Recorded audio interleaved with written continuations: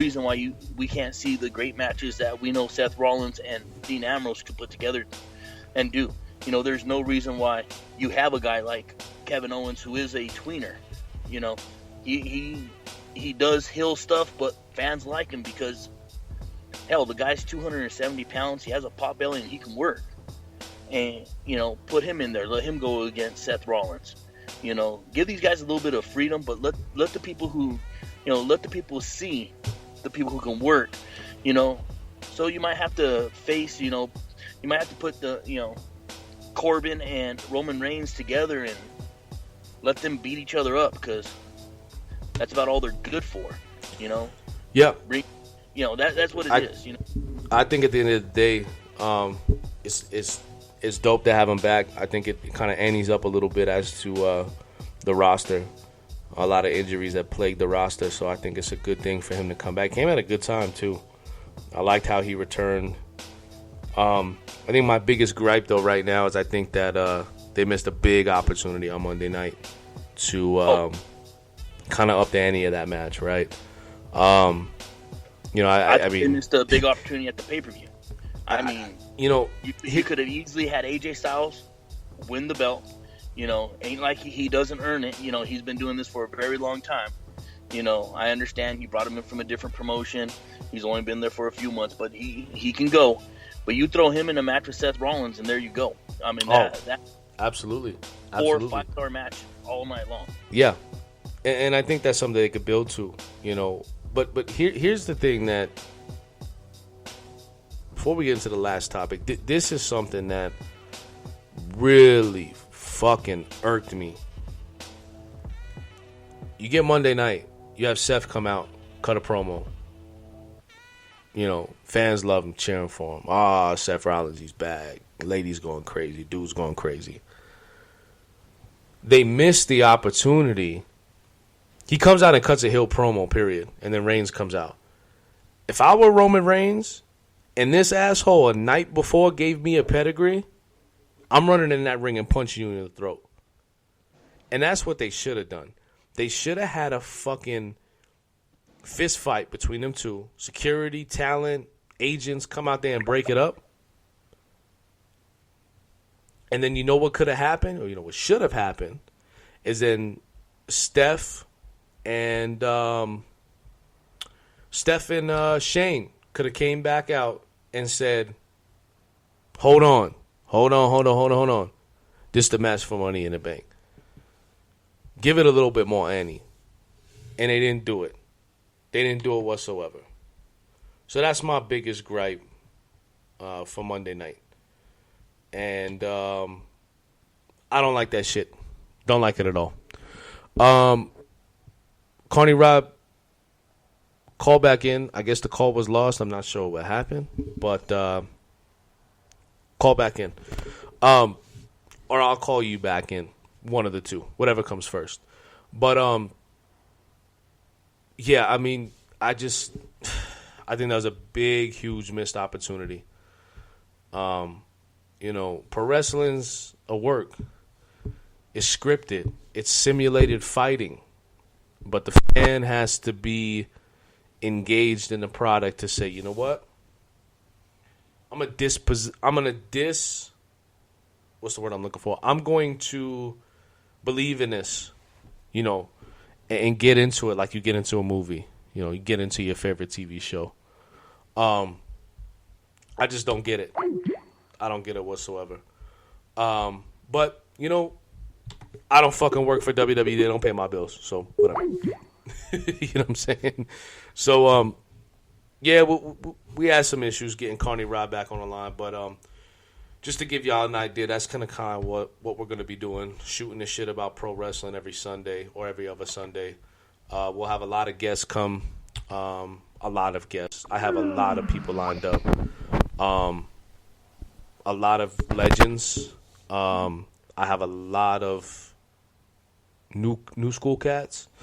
I just got a lot of dope talent from pro wrestling that we're going to have on the show. So I'm excited about it. I'm really excited about it. So stay tuned for that. That's called the Square Circle Sundays. 6familiesradio.com. Y'all know what it is. But it's that time. I love to hate, man. I gotta motivate. I gotta get the fuck out of here, man. As I told you, I wanted to go a little over an hour this time around.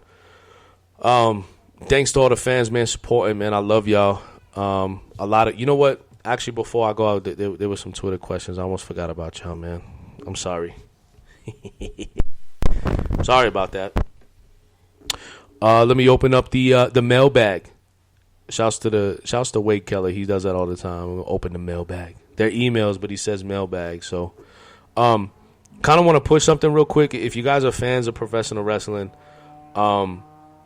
I head to pwtorch.com/govip. Now, this is a website that's been around for pretty much 28 years plus. It's ran by an editor named Wade Keller, huge expert in the world of professional wrestling. Him and his team do an incredible job with just highlighting every kind of aspect of the game, and they do a great job with audio shows and newsletters and just exclusive content. So take a spin with it, man. I'm a member myself. I swear I keep up with my pro wrestling. And it's not one of those like kind of tabloid sites, right? It's really it's authentic news. It's authentic analysis. People who have been in this game that know what they're talking about. Guys like Bruce Mitchell, guys like Pat McNeil, guys like Wade Keller. So check it out, man. Shameless plug. I don't get nothing from them. They're not a sponsor or nothing like that. Just spreading love. pwtorch.com/govip. Take a look at some of the options that they got. So the first question comes from Teddy from Virginia. He asked, Vinny, how do you feel today about hardcore hip-hop? I remember in the 90s when hip-hop used to be very hardcore, and now it seems soft as baby shit. Well, that's a good question. What happened to it? It didn't really go away. You still got artists that come in that hardcore lane. It's just the majors they're not investing in it, and that's just one of those things where the game shifted. You know what I mean? If you kind of track back, right? When 50 first came on the scene, that was kind of like the last gangster rap mainstream type artist that came into the forefront. And when he went on his decline, not because of music, but just the fans kind of turned on him, that was kind of the death of that kind of era. But hardcore hip hop is still out there. There's a lot of great artists out there in that lane. It's just the masses and the mainstream, they'll never get behind it again. It's just not something that they're gonna do anymore.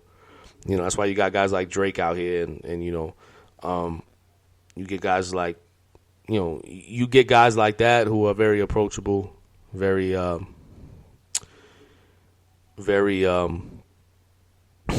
cookie cutter. You know what I'm saying? That's what the majors are gonna run with. So, but nah, MOP still bang. You know what I'm saying? You got the Lock still banging out here. You got great gangster rap artists, hardcore artists on the West Coast. So there's a lot of variety out there, though, Teddy. And that's the thing. That's the beauty of it, is that, we're in a day and age now where MTV, BET, radio, they don't dictate to us what's hot. You know what I mean? You can pick up your phone and listen to whatever the fuck you want to. So, but continue to support them, though, Teddy. And that's the thing, man, is that don't go out there and, go out there and support them. Cop their albums, listen to them, download them, support them, because they're going to thrive off of your support. So just make sure that you get back to the culture. You know what I'm saying? Good question, though. Next question comes from, well, let's see here. Let's get to the Twitter mailbag. This next question comes from at Kerlinkbuster.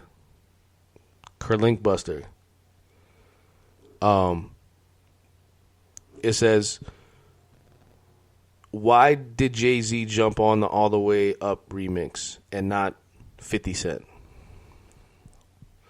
Well, whatever your name is.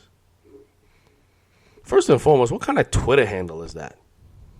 I can't even, is it an abbreviation? Does it mean something? God damn it. people on Twitter got me. Well, to answer your question, 50 Cent should be on a remix. And who's to say that he's not? Just throwing it out there. Who's to say that he's not? Who's to say that there's not other people on the All the Way Up remix? Right? You got to understand something. Feelings aside, Jay-Z is a main event draw in hip-hop. When Jay-Z gets on a record, it sets the tone. Period. Old school, new school, whatever. Jay-Z sets that tone. Joe and Jay have they had a publicized, issue. And for them two to come together is great for hip-hop, and it's also great for New York hip-hop. So there's nobody better to get on it. I know a lot of people have been giving slack, like, yo, Jay didn't do his thing on it. Listen, man, Jay-Z raps better than 95.9% of these guys out right now. It's a different era. It's a different way of doing things, and he's adapted to it. So anybody hating on the fact that he's on that remix is just being a hater, I've had my opinions on Jay-Z as an artist, as a lyricist, I've been public about it. I don't think he's better than a lot of the guys that are, in front of him. There's other guys out there that are better than him, from a lyrical standpoint and an MC standpoint. But I can't take nothing away from the guy. He's still rapping better than 95% of these dudes out. So, but again, who's to say that other people ain't on it? Just sit back and enjoy it, man. That's all I'm gonna say. Next question from Twitter. This comes from Dusty God. It's a TNA question, TNA Wrestling. Eli Drake in TNA has become one of my favorite guys on the mic. What are your thoughts on him? Thank you for the question. He's dope. I really like Eli Drake. I think he needs a little bit more time. I think he just needs a little bit more time on the mic to get comfortable. But he's got it, man. He's funny. He's a funny ass dude, man. Ring work, he's good too. So I'm hoping that TNA will puts the ball in his hand and he runs with it. Like EC3 and Drew Galloway and all them guys. But he's definitely something that I enjoy watching, and I hope I continue to watch him succeed in Impact. So, good question. I'm gonna do two more. Next question comes from Biz BIZZ.